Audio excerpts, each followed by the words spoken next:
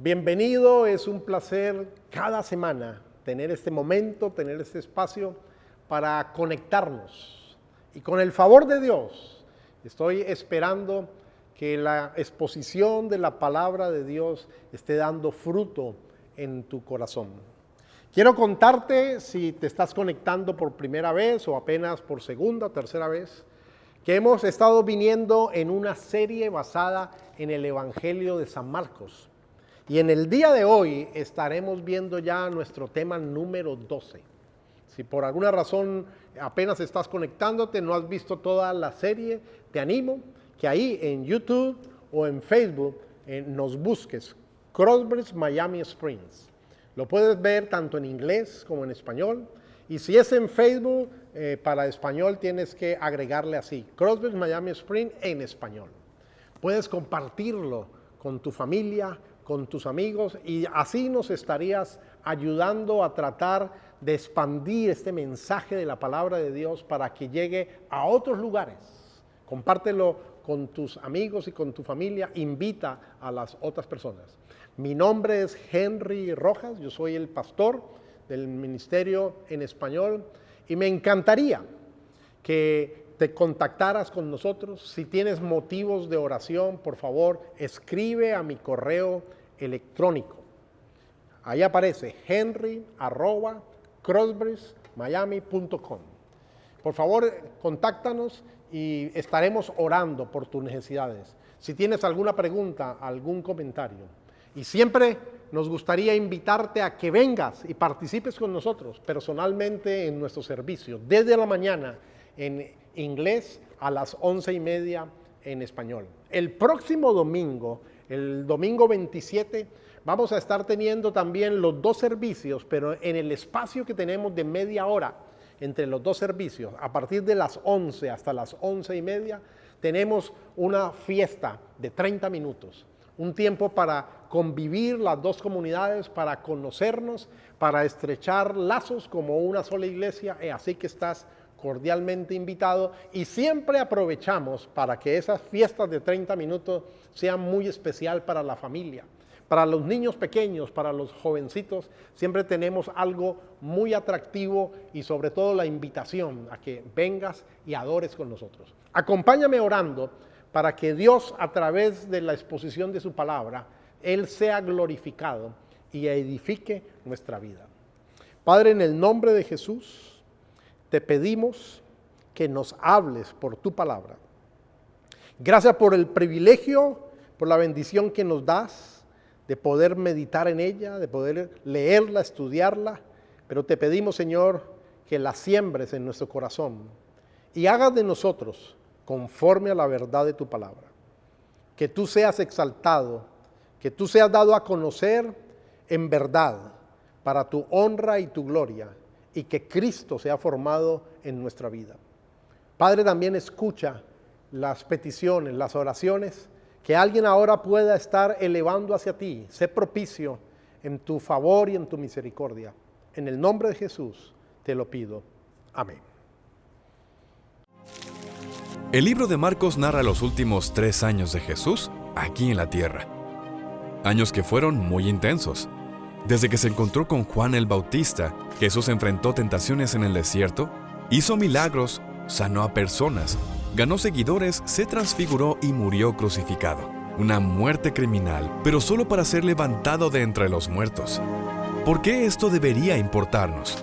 Acompáñanos en Los Últimos 3. Muy bien, en el día de hoy vamos a estar viendo un tema basado en el Evangelio de Marcos, que hemos estado estudiando, capítulo 14, y el cual le he colocado por título Jesús es ungido en Betania. Pero quisiera iniciar este tiempo haciéndote una pregunta que espero que de todo corazón la contestes para ti mismo. En una escala del 1 al 10, ¿qué puntaje le darías a tu devoción por Dios? A tu amor por Cristo, ¿cómo te autoevaluarías? Por favor, piénsalo y trata de ser lo más honesto posible, lo más honesta, y dale un puntaje, una respuesta. Una vez que lo hayas hecho, Permíteme hacerte una pregunta más.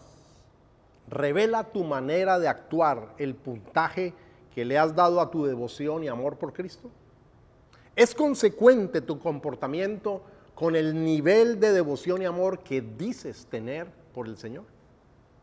El texto que hoy vamos a leer, que vamos a considerar, nos va a mostrar a una mujer que pudiéramos llamarla María de Betania, que dio una demostración de amor y de devoción a Jesús, por la cual fue muy criticada.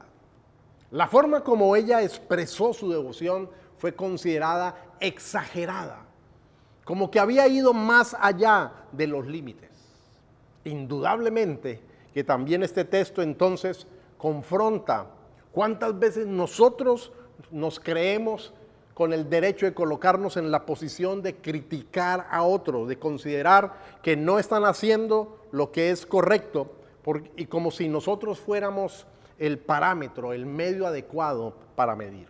Acompáñame en la lectura de Marcos, capítulo 14, los versículos 3 al 9. Pero estando él en Betania, está refiriéndose a Cristo, pero estando él en Betania, en casa de Simón el leproso, y sentado a la mesa, vino una mujer con un vaso de alabastro de perfume de nardo puro de mucho precio.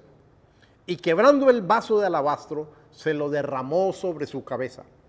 Y hubo algunos que se enojaron dentro de sí y dijeron: ¿para qué se ha hecho este desperdicio de perfume? Porque podía haberse vendido por más de 300 denarios y haberse dado a los pobres. Y murmuraban contra ella. Pero Jesús dijo: dejadla, ¿por qué la molestáis? Buena obra me ha hecho. Siempre tendréis a los pobres con vosotros, y cuando queráis le podéis hacer bien, pero a mí no siempre me tendréis. Esta ha hecho lo que podía, porque se ha anticipado a ungir mi cuerpo para la sepultura. De cierto os digo que donde quiera que se predique este evangelio, en todo el mundo, también se contará lo que ésta ha hecho para memoria de ella. Ustedes habrán notado que cuando se refiere a la mujer no la identifica, no nos da ningún nombre. Por eso, en primer lugar, vamos a preguntarnos quién era la mujer de esta historia. Ni el Evangelio según Marcos ni el de Mateo nos dan un nombre, no la identifican, simplemente dicen que vino una mujer. Los dos evangelistas solo dicen que esta cena ocurrió en la ciudad de Betania, un pueblo pequeño en la ladera sureste del Monte de los Olivos, que estaba ubicado a unos 3 kilómetros al este de Jerusalén. Betania es conocido en la Biblia porque ahí vivía Lázaro, a quien Jesús resucitó, y sus 2 hermanas, Marta y María, con cuya familia el Señor Jesús tuvo una amistad, una relación de amistad bastante íntima, y el Señor Jesús le agradaba ir con frecuencia a este sitio y a esta casa. Igualmente, los 2 evangelios, el de Marcos y Mateo, nos dicen que este hecho, esta cena, ocurrió en la casa de un hombre llamado Simón el leproso, pero no conocemos más detalles acerca de él. No sabemos realmente quién era él. Debe haber sido alguien que fue sanado por Jesús de su lepra, ya que se encontraba sentado a la mesa y en cuya casa estaban invitados Jesús y sus discípulos. De otro modo, no hubiera sido apropiado ni permitido en esta cultura que un hombre enfermo de lepra pudiera compartir en público.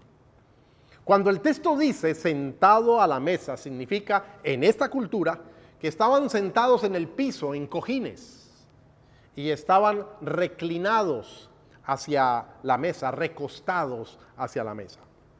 Es el Evangelio de Juan quien nos identifica, quien nos da un nombre para esta mujer, a quien llama María.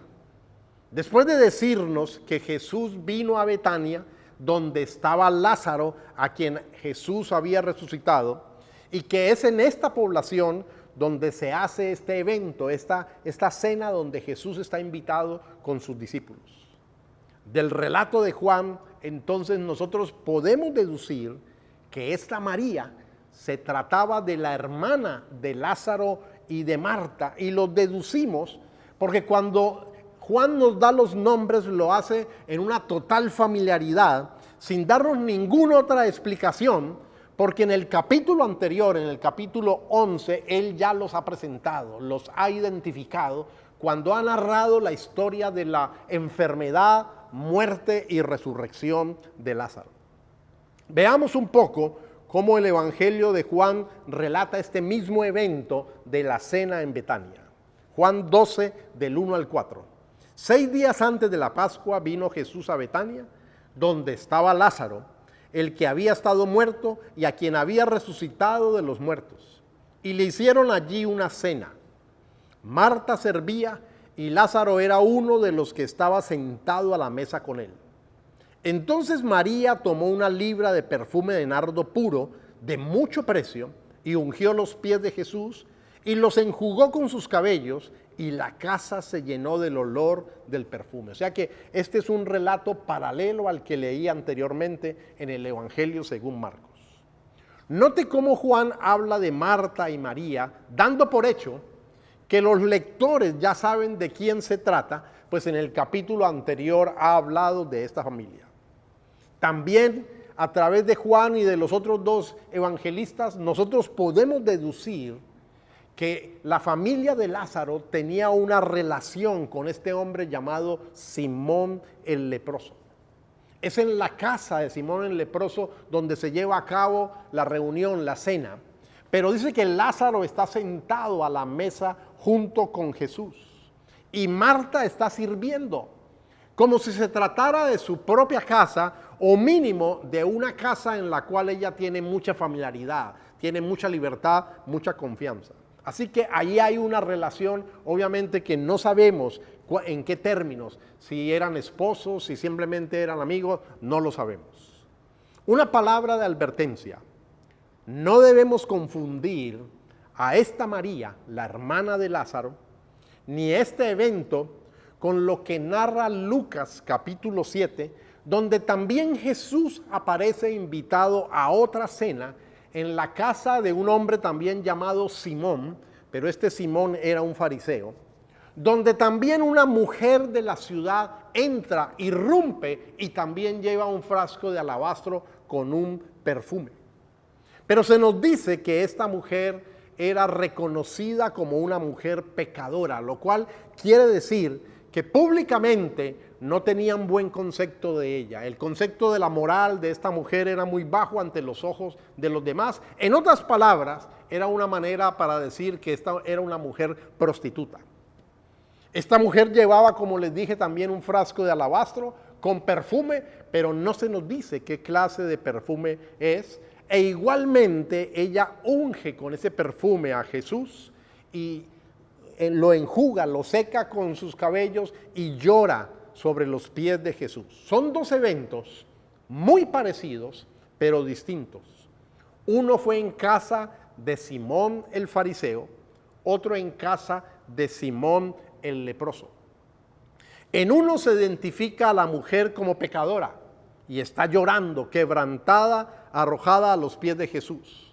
En el otro evento se identifica como María, hermana de Lázaro y de Marta, quien es reconocida por su piedad, quien es reconocida por su devoción a Jesús. Igualmente ella lo está ungiendo, pero no está llorando. Además, ambos eventos son ubicados en las armonías de los evangelios en momentos diferentes del ministerio del Señor Jesús. La cena en casa de Simón el fariseo ocurrió en el 2º año del ministerio del Señor Jesús. En cambio, la cena en casa de Simón el leproso ocurre apenas unos cuantos días antes de la crucifixión de Jesús. Unos cuantos días antes de la última celebración de la fiesta de la Pascua en el ministerio de Jesús. El frasco de alabastro era un tipo de yeso que en su forma pura, blanca o translúcida se encontraba en depósitos de piedra caliza, en las cuevas o en los nacientes de los manantiales, y se consideraba un artículo de lujo. El perfume de nardo puro era muy raro y demasiado costoso.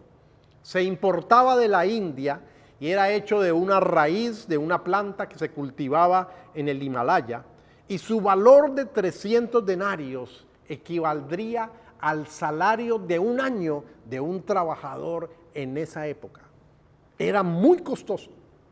Los comentaristas consideran que en el caso de María, la hermana de Lázaro, esto hacía parte como de una herencia familiar, como tener representado en ese perfume y con ese envase los ahorros que han sido conseguidos durante un tiempo largo de trabajo y de esfuerzo. Entonces preguntémonos, ¿qué sucedió durante esa cena? En segundo lugar, como era la costumbre, los hombres estaban sentados, como les dije, en el suelo, en cojines, reclinados hacia la mesa y estaban compartiendo entre ellos. Las mujeres solo entraban y salían porque estaban sirviendo. Entonces yo ya sé, las mujeres hoy en día dirían que Lázaro y los demás invitados estaban muy sentadotes esperando a que los atendieran. Las cosas han cambiado en verdad. Hoy en día por igual compartimos, hombres y mujeres, nos sentamos por igual a la mesa, y no solamente las mujeres hoy en día tienen que servir, sino que nosotros los hombres también podemos participar en esta labor. Pero volviendo al relato y a la cultura de esa época, las mujeres no compartían con los hombres allí. Ellas solamente entraban y salían para servir, y de pronto encontramos que María irrumpe, entra, pero no para servir a la mesa, no para traer ciertos alimentos en algunos platos, sino que ella entra sin decir ninguna palabra, se acerca a Jesús, trae un vaso de alabastro con un perfume muy caro, un perfume de nardo puro, lo quiebra y literalmente en un instante lo derrama sobre la cabeza del Señor Jesús, lo vierte por completo. Dice el Evangelio de Juan que lo que ella vertió sobre la cabeza de Jesús fue 1 libra de ese perfume de nardo puro. Así que cuando yo leí esto, me paré y fui en mi casa a ver cuánto contiene cada uno de los 3 perfumes que yo tengo en mi casa para mí. Y descubrí que 2 de ellos contienen 3.4 onzas cada uno, es decir, 100 mililitros. Y el perfume más grande que yo tengo contiene 4.2 onzas, 125 mililitros. Entonces consulté con el diccionario bíblico de cuántas onzas estaba compuesta 1 libra romana. Y dice el diccionario que contenía 360 gramos, es decir, 12.6 onzas. Lo que equivale a que el perfume que María en un instante vertió sobre Jesús era más del triple que los perfumes que normalmente hoy en día tenemos de 3.4 onzas. Y era un perfume 3 veces más grande y demasiado costoso. Lo que María vertió sobre la cabeza de Jesús fue una gran cantidad que debió correr por el cuerpo del Señor, por su túnica y llegar hasta sus pies. Por eso ella quiso demostrar con este acto su afecto, su gratitud, su devoción por el Señor. Pero no contenta con eso, se postró delante de él y comenzó a secar los pies, como a quitar el exceso de pronto de perfume que había llegado hasta los pies del Señor, pero no con una toalla, sino con sus propios cabellos, como en un acto de total y pura rendición y adoración. Ustedes saben cuán importante es el cabello en el cuidado de una mujer. Con mayor razón cuando estamos hablando de una reunión social. Las mujeres hoy en día, si usted les nombra una reunión social, lo primero que piensan es que necesitan comprarse un nuevo vestido y necesitan hacerse arreglar el cabello.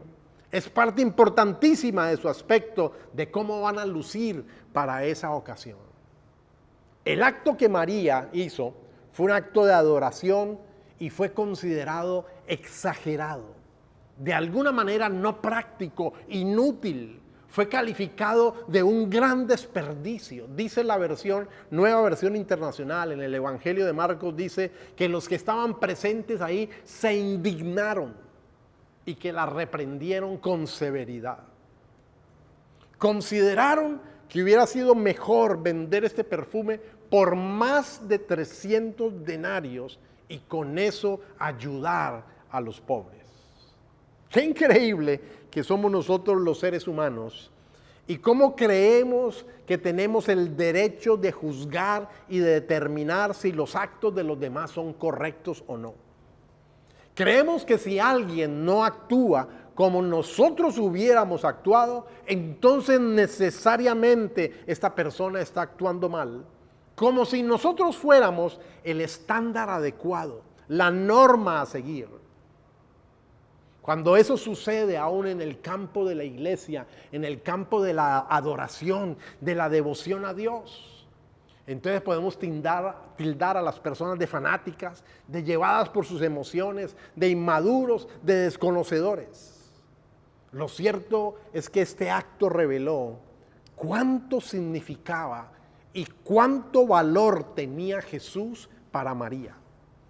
Y de paso, puso de manifiesto para las demás personas que estaban allí, que consideraron que esto fue un exceso, una exageración, que consideraron que esto no se debió hacer, entonces también puso de manifiesto qué valor le asignaban ellos en lo más profundo de su corazón al Señor Jesús.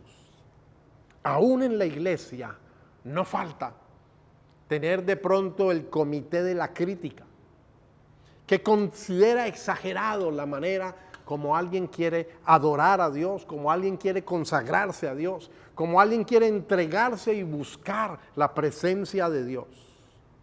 Muchas veces, cuando estamos listos a condenar, a juzgar, lo que estamos haciendo es que estamos escondiendo en lo más profundo de nuestro corazón frialdad, falta de motivación, falta de gratitud, falta de pasión por el Señor. Y queremos esconderlo de pronto señalando y criticando a otros que lo hacen de una manera diferente y bastante fervorosa. Así que yo quisiera invitarte que hoy te preguntes, si tú hubieras estado en esa cena ahí en Betania, en la casa de Simón el leproso, y hubieras sido uno de los participantes, ¿cómo hubieras actuado ante este hecho que hizo María? Yo me he hecho esa pregunta y no ha causado gratitud en mi corazón pensar la posible respuesta. Porque los demás discípulos del Señor Jesús, aunque no tenían el corazón de Judas Iscariote, un corazón bastante torcido, y aparte de eso era ladrón, estaba pensando en el costo de ese perfume. De igual manera, ellos se dejaron arrastrar por esta actitud y vieron como lógico que era exagerado derramar sobre la cabeza del Señor Jesús este perfume tan costoso, aunque fuera en un acto de adoración. Qué fácil que es planear ayudar a los pobres con el dinero ajeno, ¿verdad? ¿Qué valor tiene Jesús? Pero no en tus palabras, sino en tus hechos.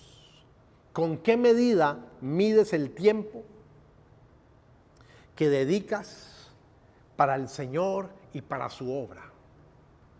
¿Con qué medida medimos la ofrenda que damos? ¿Con cuánta generosidad lo hacemos? ¿Con cuánta alegría? ¿Cuánto de ello es realmente una expresión de gratitud y de amor? Porque eso fue el acto que hizo María. Normalmente, si somos sinceros, somos más desprendidos, más libres para dar tiempo, dinero y habilidades para cualquier otro asunto, cuando no se trata de dar tiempo, dinero y habilidades para la obra de Dios o para la gloria de Dios. como que, no sé, como que tenemos una medida diferente, un parámetro diferente. Normalmente no tenemos la misma libertad y la misma alegría para dar para la gloria de Dios y para su obra, para su pueblo, que es cuando lo hacemos, por ejemplo, para comprarnos a nosotros mismos un par de zapatos, una cartera, un vestido, un traje, o invertir en la recreación. No medimos con la misma medida. No nos importa si estamos disfrutando de un juego, un espectáculo deportivo, o de un espectáculo cualquiera que sea, un concierto, algo así. No nos importa que se extienda el tiempo que sea necesario que se extienda. Pero en el servicio de adoración queremos que no vaya a ir más allá del tiempo que está programado. El mundo no se escandaliza cuando alguien se consagra al mundo de los negocios. Cuando alguien se consagra al mundo del deporte, de la política, del arte. Pero si alguien se consagra al mundo de servir a Dios, entonces el mundo se escandaliza y lo consideran un desperdicio. Yo me imagino que a cuántos misioneros su propia familia les habrá dicho que están desperdiciando su vida. Pero si estos mismos misioneros estuvieran consagrados al mundo de las letras o de la ciencia, entonces no sería un desperdicio jamás. Pero querido amigo, querida amiga, María ungió a Jesús para la sepultura de manera anticipada. Yo no sé si ella entendía esto con claridad, si realmente ella al hacerlo estaba consciente de que lo estaba ungiendo anticipadamente. No sé, pero lo que sí sé es que ella estaba demostrando su total devoción, su gratitud, su amor, su adoración. Y Jesús dijo, buena obra me ha hecho. Esta ha hecho lo que podía, porque se ha anticipado a ungir mi cuerpo para la sepultura. Jesús, en los últimos días previos a este evento, había estado hablando mucho de su muerte y de su resurrección, algo que los propios discípulos no lograban entender y captar. Pero ella actuó conforme al propósito de Dios, como confirmando quién era Jesús, confirmando para qué Él había venido, con su manera de adorar, con su manera de rendirse. Cuando a ella no le importó el cuidado de su propio cabello y comenzó a secar los pies de Jesús y el cabello le iba a quedar empapado del perfume de nardo, ella no le importó, fue como una rendición de todo su ser, en una total adoración al Señor. Ella lo que estaba confirmando era que ese era el Cordero de Dios, que ese era el momento del sacrificio, era el sacrificio provisto por Dios. Este era el verdadero Cordero de Dios que Dios había provisto para el perdón de nuestros pecados. Insisto, no sé cuánta claridad tenía María de este aspecto, pero lo que es evidente en su actitud de devoción es que ella estaba alineada con el plan de Dios. Aunque para otros, a los mismos discípulos del Señor, les pareciera una exageración. Ella no se reservó nada para sí. No echó unas gotitas, quebró el frasco y lo vertió todo. No dejó nada para después. Ella se anticipó a ungir el cuerpo, porque el cuerpo del Señor Jesús luego no tuvo opción de ser ungido para la sepultura, como se acostumbraba en esta cultura de tomar el cuerpo, bañarlo y ungirlo con especias aromáticas, ya que la sepultura del Señor Jesús tuvo que ser muy rápida, apresuradamente, porque ya iba a caer el sol en ese día viernes y iba a comenzar entonces el famoso día de descanso, el Shabbat. Y no hubo opción posterior. Fue apropiado lo que ella hizo en ese momento, alineado con el plan de Dios, mostrando lo que había en su corazón. Marcos intencionalmente, después de contarnos esta hermosa historia, a reglón seguido nos cuenta que Judas fue a negociar para obtener unas cuantas monedas por traicionar a Jesús. Y Marcos lo hace así para contrastar la actitud de entrega, de rendición, de devoción de María con la actitud mezquina, mercantil de Judas. Ella no está reservándose nada para sí y está brindando en adoración y gratitud, mientras Judas está pensando sacar provecho de su relación con Jesús.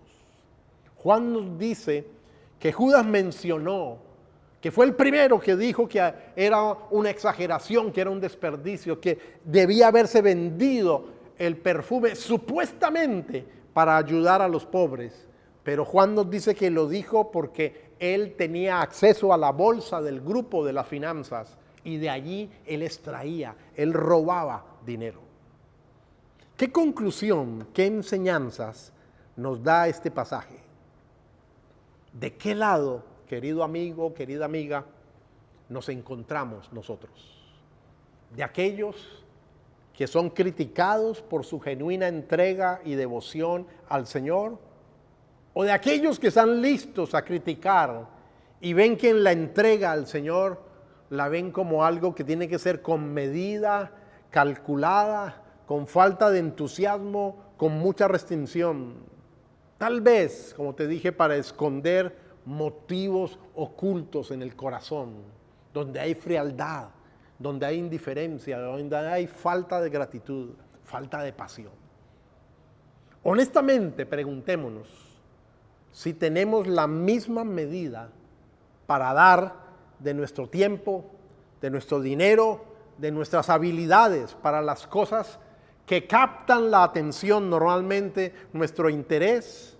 Si tenemos la misma medida para cuando se trata de dar ese tiempo, ese dinero o esas habilidades para consagrarlas para la gloria de Dios, para la obra de Dios, para el pueblo de Dios. Porque en ocasiones pareciera que para el Señor y para su pueblo como que tenemos demasiadas condiciones, demasiadas restricciones, demasiadas limitaciones. ¿Tenemos el mismo entusiasmo por el Señor? Déjame darte este ejemplo sencillo de devoción, de valorar lo que es poder congregarnos para adorar al Señor. ¿Tenemos el mismo entusiasmo para asistir regularmente y llegar a tiempo cada semana para adorar a Dios juntos como parte del pueblo de Dios? ¿Tenemos ese mismo compromiso que tenemos con nuestro trabajo o para cumplir con nuestras otras responsabilidades? Tristemente muchas veces no. Para muchos cristianos, el congregarse y el adorar es un asunto como muy opcional. No es un deber, no es un principio, no es una pasión. Y por eso se dan el lujo de asistir esporádicamente, de no llegar puntual. Sin embargo, para otras cosas como el trabajo y las responsabilidades son muy puntuales, son muy cumplidos. ¿Qué motivos ocultos hay en nuestro corazón que deben ser colocados a los pies en la cruz de Cristo? Definitivamente, cuando yo leo esta historia, me doy cuenta que el amor sin medida que Dios nos ha dado a nosotros, ese amor que la Biblia dice que es incondicional, que pudiera ser calificado de exagerado, debería recibir como respuesta de nuestra parte, como retribución, una devoción que vaya más allá de estar dando con medida, con frialdad, una devoción que genuinamente nos lleve a rendirnos, a entregarnos por completos y a disfrutar del Señor Jesús. El texto no nos está motivando para ser exagerados por ser exagerados, por llamar la atención, no. El texto no está yendo en contravía, en oposición a lo que es el orden, el dominio propio, el recato o el decoro o a ser organizados, no. pero definitivamente está examinando nuestras profundas motivaciones y el valor real que asignamos a Dios en nuestros actos, en nuestra manera de vivir. Este pasaje también nos está enseñando que el Evangelio debe ser una prioridad en cuanto a ser proclamado, en cuanto a ser predicado. Jesús ni siquiera había muerto y obviamente entonces tampoco había resucitado. Pero Él dijo que este Evangelio tenía que ser predicado en todo el mundo y que cuando se predicara, esta historia debía ser contada para memoria de María. Hoy aquí nosotros estamos siendo parte de ese hermoso cumplimiento. Esta historia también nos enseña que Jesús no está siendo indiferente con los pobres. Él dijo en el versículo 7, siempre tendréis a los pobres con vosotros y cuando queráis les podéis hacer bien, lo cual debería ser un compromiso de la iglesia, de cada iglesia local. No hay que tomar estas palabras que Jesús dijo en un sentido negativo para justificar nuestra inacción. No, lo que podemos es decir que el Señor nos está dando es una oportunidad. No escondernos detrás de decir, el problema de la pobreza nunca se va a solucionar y por lo tanto no vale la pena hacer nada y nos toca esperar a que el Señor Jesús venga por segunda vez y Él resuelva eso. No. El que Él haya dicho que siempre tendremos pobres en medio de nosotros debe generar un compromiso para que hagamos bien en medio de la comunidad y que comencemos haciendo bien con aquel hermano, con aquel creyente que está en necesidad. Siempre tendremos pobres, debe ser visto como una oportunidad para manifestar amor de Dios y compasión de Dios. Si me estás escuchando y te encuentras sin Cristo, quiero decirte que el Evangelio debe ser predicado porque es la buena noticia que mediante la muerte y resurrección de Cristo, Dios te ofrece perdón para tus pecados. El Evangelio es la buena noticia más extraordinaria, pero que a su vez contiene una mala noticia. El hombre es pecador y no puede salvarse a sí mismo, no puede ganarse ni merecer el perdón. Pero justamente conocer esta mala noticia es lo que nos permite apreciar y valorar cuán buena es la noticia de la oferta de Dios nos ha hecho en la muerte y resurrección de Cristo Jesús. En Cristo Dios hizo justicia y pagó por nuestro pecado, pudiendo declarar, increíblemente pudiendo declarar a pecadores culpables inocentes, porque la deuda fue pagada en Cristo Jesús. Querido amigo, querida amiga, cuando uno entiende y comprende esto, cuando uno es impactado con esta gracia, con este amor incondicional, la única respuesta lógica es una devoción como la de María, la hermana de Lázaro. Es caer rendido a los pies de Jesús y entregar todo nuestro ser. Que Dios nos conceda ese favor de ser hombres y mujeres apasionados por Jesús, convencidos de su palabra, que día tras día vengamos a Él en adoración. Te invito a que me acompañes orando en este momento. Bendito Padre amado, gracias, porque tu palabra, como ella misma dice, definitivamente es poderosa, es viva y es eficaz. No podemos ser indiferentes a este relato. Señor, muchas veces este relato nos avergüenza porque nos desnuda, nos confronta con nuestra falta de pasión, con nuestra falta de gratitud. Nos confronta muchas veces que para amarte a ti, para obedecerte a ti, para estar en comunión contigo, para servirte, Señor, tenemos una medida muy estrecha. No tenemos la misma libertad que tenemos para dar para otras cosas. ni el tiempo, ni los talentos, ni las habilidades, ni los recursos. Señor, como que pensamos que es demasiado cualquier cosa que pudiéramos darte a ti. Así como los mismos discípulos tristemente pensaron que era exagerado vertir ese perfume por lo caro que era sobre tu cuerpo. Oh Señor, quítanos la venda de los ojos, masajea nuestro corazón de tal manera que tu amor nos impacte y podamos ser libres para ofrendarnos en adoración delante de ti, que nuestra vida sea un permanente caminar en adoración y en devoción y en gratitud hacia ti, y que en esa misma medida podamos servir a otros. Podamos, Señor, brindar amor y compasión y podamos ser un buen ejemplo de lo que tú eres. Te lo pedimos, Padre amado, en el nombre de Jesús. Transfórmanos, no nos dejes iguales, no nos permitas que escuchemos esta historia de tu palabra y que luego la ignoremos y que nuestro corazón se endurezca. Quebrántanos si es necesario, de tal manera que nuestro amor por ti no sean palabras que se las lleve el viento, sino que sean actos consecuentes, genuinos, así como tú nos has amado con un amor incondicional. Toda honra, toda gloria te pertenece a ti. En el nombre de Jesús oramos. Amén. Una vez más, quiero aprovechar este momento, este espacio, para animarte de que te enamores de la Biblia, de que inviertas tiempo en ella.